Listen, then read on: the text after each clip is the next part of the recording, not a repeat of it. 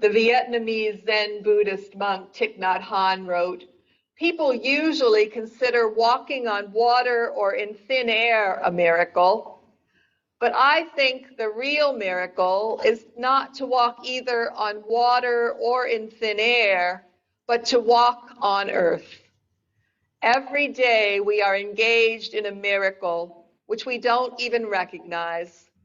A blue sky, white clouds, green leaves, the black, curious eyes of a child, our own two eyes. All is miracle." Today, in a month when our theme is joy, I want to talk about the times in summer when we take some time to celebrate the miracle of walking on earth. As I remember the fairs, carnivals, and picnics of my childhood and the joy they brought, I hope to trigger your own memories and that we will make a commitment to do what we can to heal our earth and return summer days to days of enjoyment and not days of heat indexes to be feared. Imagine you can hear Nat King Cole singing the words of Charles Tobias. "Roll out those lazy, hazy, crazy days of summer, those days of soda and pretzels and beer. Roll out those lazy, hazy, crazy days of summer, dust off the sun and moon and sing a song of cheer. Just fill your basket full of sandwiches and weenies, then lock the house up, now you're set, and on the beach you'll see the girls in their bikinis, as cute as ever, but they never get them wet. Roll out those lazy, hazy, crazy days of summer. You'll wish that summer could always be here." In my family, summer through early fall was a fun time. I did not grow up in Florida. I grew up in Pennsylvania. There were family picnics for Memorial Day, the 4th of July, and for Labor Day. There was a big company picnic for the company where my father worked. There were picnics held in conjunction with family reunions. There was the Light reunion, the Gettle reunion, the Swope reunion, the Hauer reunion. We played cornhole.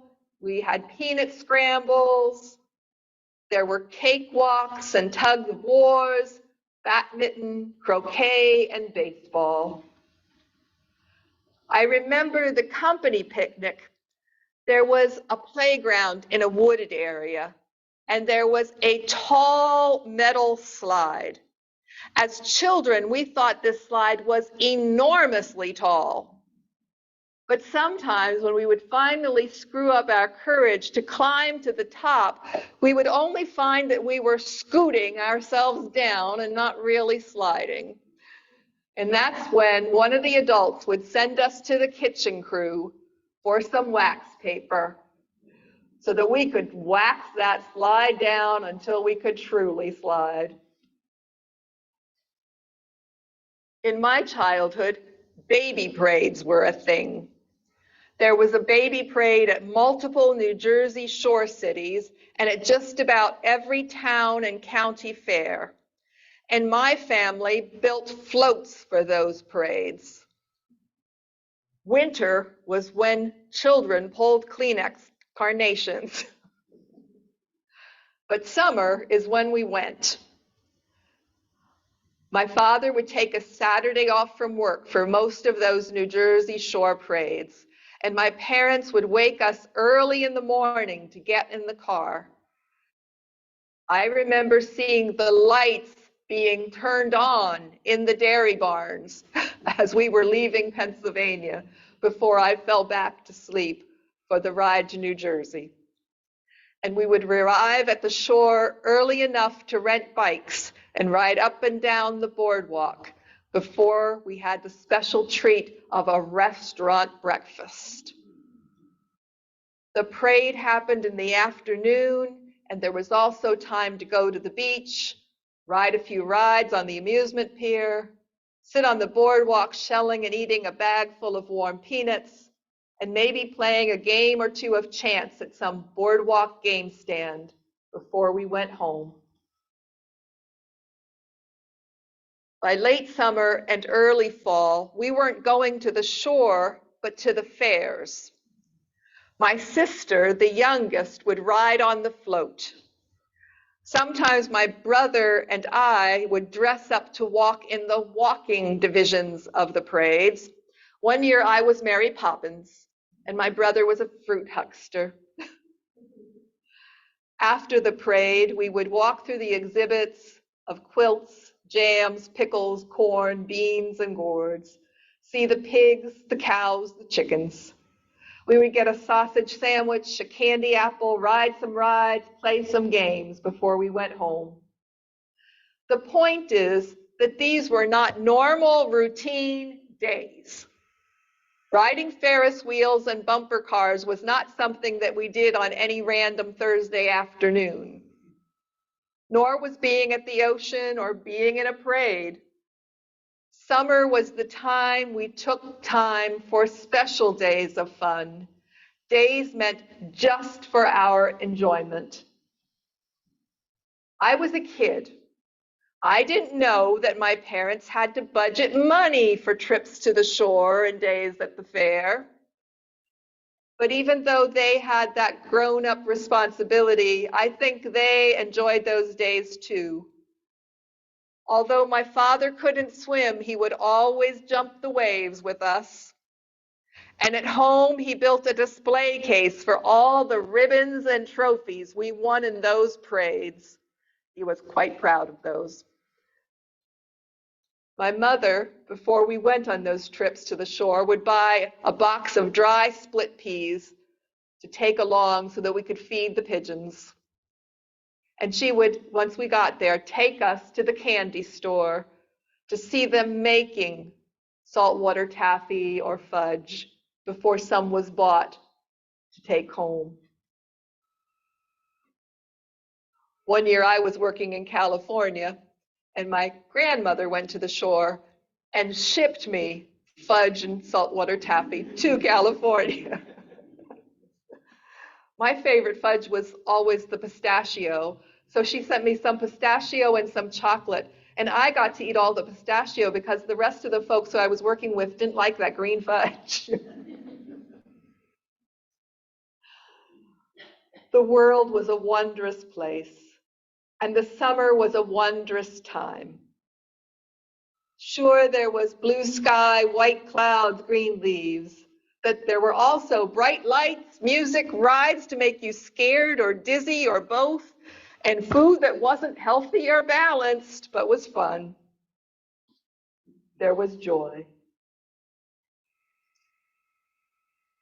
I was a child, so not of an age when we went to those shore to be under the boardwalk, but we passed by a lot of those teenage couples who were there as we walked out under the boardwalk and onto the beach. You know that summer song too, I'm sure. Arthur Resnick and Kenny Young. From the park, you hear the happy sound of a carousel. You can almost taste the hot dogs and French fries they sell. Under the boardwalk, down by the sea, on a blanket with my baby is where I'll be. The summer song itself is a thing. Every year they debate what is the summer song of this season. The movie Grease came out the year after I graduated from high school. Another summer song. Summer lovin' had me a blast. Summer lovin' happened so fast. Met a girl crazy for me. Met a boy cute as can be. Summer days drifting away to those summer nights. Took her bowling in the arcade. We went strolling, drank lemonade. We made out under the dock.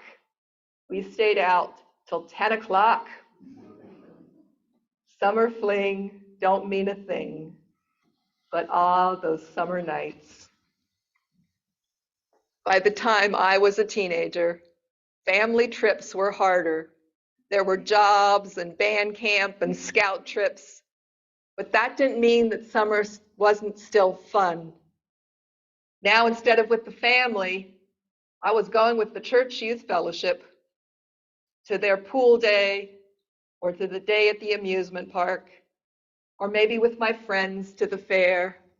And if we were going to the fair, my friends and I, we were not looking for candy floss. We were looking for romance. There was still joy, just a different kind. A song from Edward J. Edgar and Ed Starink that was sung by Louis Armstrong. I hear laughter from the swimming hole, kids out fishing with the willow pole. Boats come drifting round the bend. Why must summer ever end? Oh, love to me is like a summer's day. If it ends, the memories will stay, still and warm and peaceful. Now the days are getting long. I can sing my summer song. How many of you, despite how long ago it was for most of us, can still remember some young summer romance?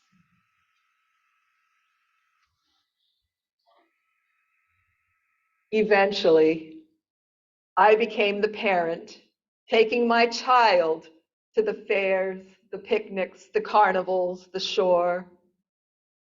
One of the first toys I bought my daughter after she came to me at the age of 12 was a funny purple and yellow string puppet bought at a stand at an African American festival that we went to together. We made a summer trip to Pigeon Forge and a summer trip to, yes, Disney World. Places that are always carnivals. Mark Twain said, to get the full value of joy, you must have someone to divide it with. So find someone and have a picnic. Go to the fair, go to the carnival, go to the shore.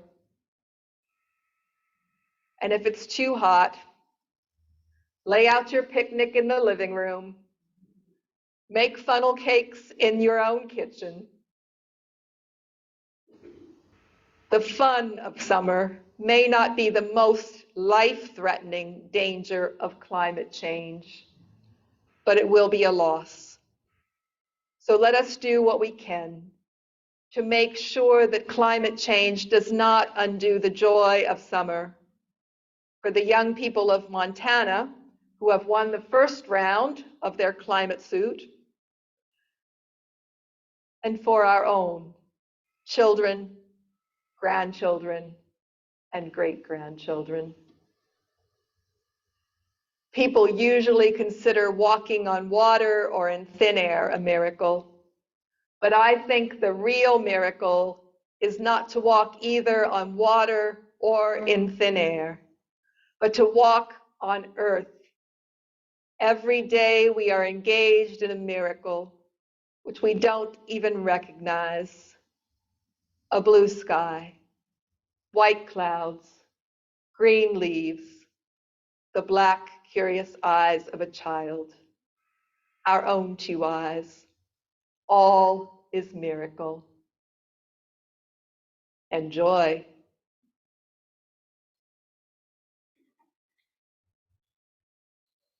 Our closing hymn is an old Sunday school song, and some of you who went to Christian Sunday schools may know this, where you jump up and down. We will not make you jump up and down, but it's 367, Alleluia, Alleluia.